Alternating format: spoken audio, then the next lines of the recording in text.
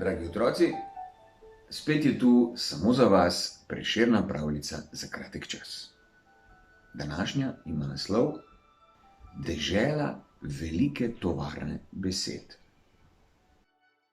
In gre takole. Nekje daleč je dežela, kjer ljudje le redko govorijo. To je dežela velike tovarne besed. V tej čudni deželi moraš besede kupiti. Da pa jih lahko izgovoriš, jih moraš pogoltniti. Velika tovarna besed neumorno tiska besede noč in dan. Stroji ves čas ropotajo in iz njih se vijejo trakovi neštetih besed vseh vrst in oblik. V tej nenavadni deželi je govoriti drago. Nekatere besede so več vredne od drugih. Privoščijo in izgovorijo jih lahko le redki premožni prebivalci. Revni ljudje pa morajo včasih prebrskati celo smeti. Vendar nemarno odvržene besede niso kaj prida. Marsikdaj se med smetmi najde kakšna kot kravjak ali konjska figa. V času razprodaj lahko besede kupiš po znižani ceni in dobiš jih zares ugodno. A kaj, ko je veliko takih, ki so popolnoma neuporabne? Le kaj lahko poveš z besedo trebuhljač ali filodendron? Sem in tja kakšno besedo odpihne veter. Takrat otroci hitro skočijo po mreže za metulje in jih lovijo. Zelo ponosni so, če lahko staršem povedo besedo ali dve. Filip je tokrat v svojo mrežo ulovil 3 besede, a jih danes ne bo izrekel. Prihranil jih bo za nekoga prav posebnega. Jutri je namreč Sarin rojstni dan in Filip jo ima zelo rad. Želel bi reči, rad te imam, pa nima dovolj denarja.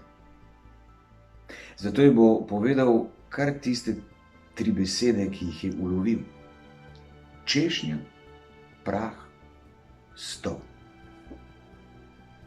Sara je njegova soseda. Filip pritisne na zvonec. Ko odpre vrata, se deček le nasmehne, saj je ne more pozdraviti živjo, kako si kaj, ker nima toliko besed. Sara mu nasmeh vrne. Zelo lepa je v češnjevo rdeči oblekici. Za njo stoji Oskar.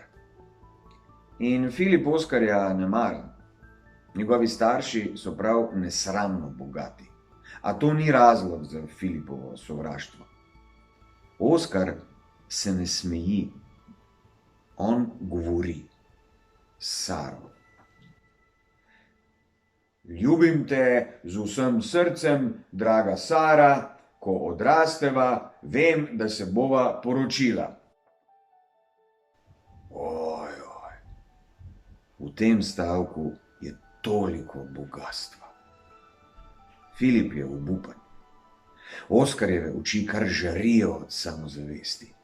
Sara pa se še naprej smehlja. A Filip ne ve komu. Deček pomisli, moje besede so tako preproste. Vendar zbere pogum, globoko vdihne in začuti vso ljubezen, ki jo nosi v srcu. Nato dahne ulovljene besede, ki zaplavajo k Sari kot mavrični metulji v letu. Češnja, prah,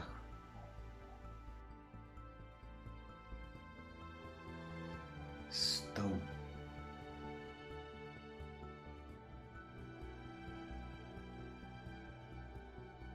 Nasmeh na Sarinem obrazu izgine in začudeno ga pogleda. Zdi se, kot bi ostala brez besed. Nato se mu počasi približa in ga plaho poljubi na lice.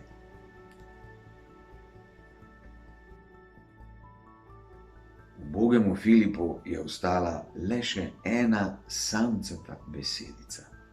Nekoč jo je našel v smeteh med kravljaki in konjskimi figami. Njegova najljubša beseda je in hranil jo je za prav posebno priložnost. In danes je ta dan. Nežno pogleda Saro v oči in reče: še